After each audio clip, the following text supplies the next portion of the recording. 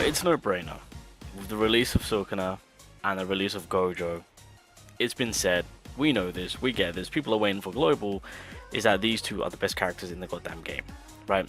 They've completely shifted on how the game is, because let's be real, it's on easy mode. Having these two characters on your account, you'll have little to no stress. Let's be real, right? In terms of getting through whatever piece of content. Now, obviously, as time goes on, especially throughout this year, things are going to get difficult. Now, I don't know about you guys, but I kind of want to know who the next biggest character is going to be. More importantly, who's going to be this year's half-year anniversary? Who's going to be this year's second-year anniversary characters? What are the big characters being lined up? Now, we know that the Shibui arc is in effect, and through that arc in specific will come big characters, right? Examples. We'll probably get a different version of, well, not sure how they're going to do Nanami, but Nanami, you can't go wrong with him.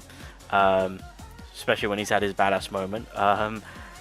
Who else? Mahito, right? We can get a... This is something that I thought about.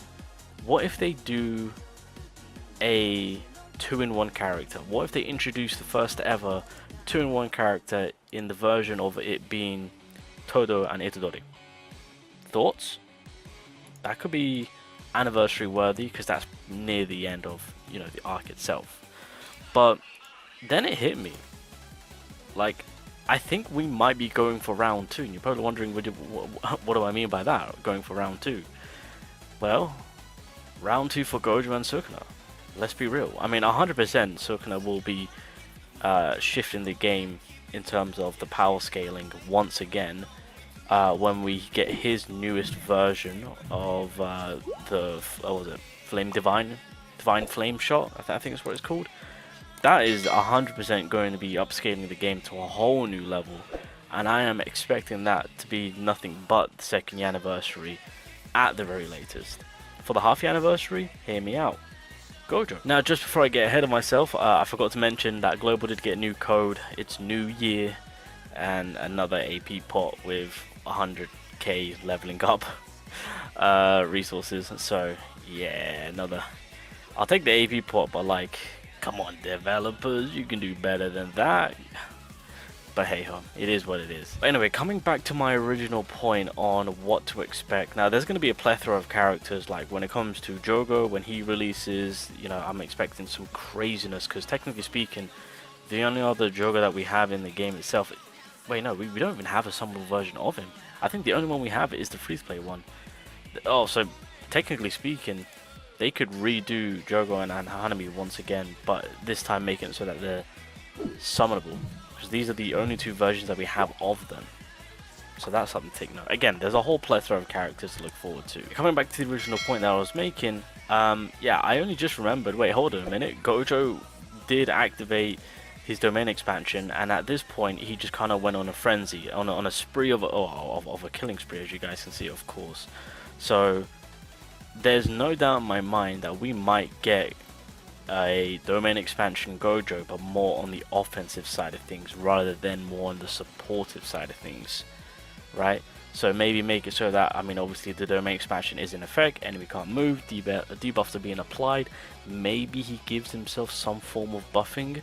I think that's the only disadvantage play right now for domain expansion Gojo, because there are certain fights in the game itself where if the enemy is completely immune to debuffs, I mean, there's not really much you can do outside of that. And so if we can get something on that line, I mean, because I mean, at that point we might not even get the domain expansion version of him. We might just get a full-on offensive Gojo where he kind of rips apart Hanami, but in this case it will be ripping apart anyone who stands before. So technically, if the developers wanna profit off of the Shibuya arc, technically speaking, they can farm out 2 Gojos, one with an offensive domain expansion, and then the second one just by the aura alone crushing the enemy. So that there's two power level increase potential through those characters. And then of course, I mean, kind of self-explanatory, you know, when it comes to Sukuna himself. This, to me, is gonna change the scale of how, of the direction of the game next, right? In terms of with where we've seen the first ever Sukuna come across, and how great of a DPS character this is, it's definitely going to be another situation. It's literally going to be a version 2 to where this version of Sukuna, it being 100% second year anniversary. If this isn't second year anniversary and they choose to release this early, I would genuinely be shocked. The fact that I'm saying that this is going to be dropping at the end of 2025, we just got into 2025, but yeah, there's no doubt in my mind, if they want to drop it sooner, then realistically, half anniversary, golden week, like there are specific moments within the year that, in my eyes, are the target for this unit to drop. Outside of that, it's second year. But there is no doubt in my mind that this character will most definitely, with where the game is at and with how they've introduced, you know, the Gojos and the first ever Sukuna, these characters in particular will shift the game once again in terms of the power creeping and how, you know, more difficult the game will be. And not only that, could it provide longevity? Who knows, possibly, maybe. But these are the next big characters to what we need to look forward to within the Shibui arc. Now again, there's a plethora of more characters that is going to be thrown into the mix of things. You know, there'll be another Toji coming along. You know, the list goes on and on and on. I mean, there'll be multiple stories, I guarantee you. You know, I'm also eager to see how like Chozo will come along within the game itself. So again, you know, a lot of things to come out from this one specific arc, but it only just hit me like, god damn it, we're literally about to run it through again with how these two boys in particular have shifted the game, and with the newest arc and starting a new fresh year, they're about to shift the game again in terms of with their new variants being released within the Shibui arc, of course. So again, they can quite easily farm out two. They could also easily farm out another Sukuna, by the way, outside of the Divine Flame. They could do, if they wanted to, another domain expansion, because I'm pretty sure he had his moment going against Fushiguro, right? I'm pretty sure. Oh, well, speaking of the devil, here it is. Managed to find it. Yes, I mean, again, they could go 2 for 2. Imagine if they do that, like Sukuna and Gojo for half year, and then them again for the second year.